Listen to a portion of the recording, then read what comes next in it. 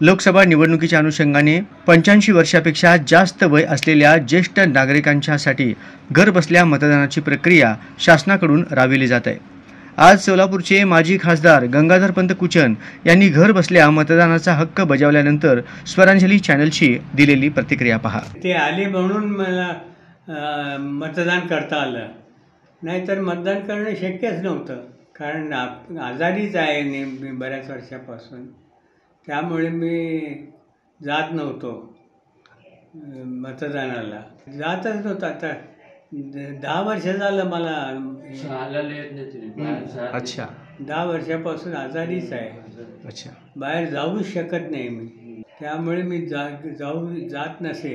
अच्छा, परंतु आज ते स्वतः येऊन इथं माझं हे घेतले, अच्छा, मतदानाचा अधिकार अच्छा, त्यांनी घेतलंय।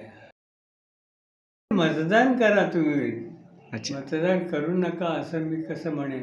मतदान करा आणि चांगलं करा आणि तुमच्या मनाच्या इच्छेप्रमाणे करा, त्याबद्दल काही प्रश्नच नाही। आता प्रत्येकाची इच्छा जी असेल ती। धन्यवाद।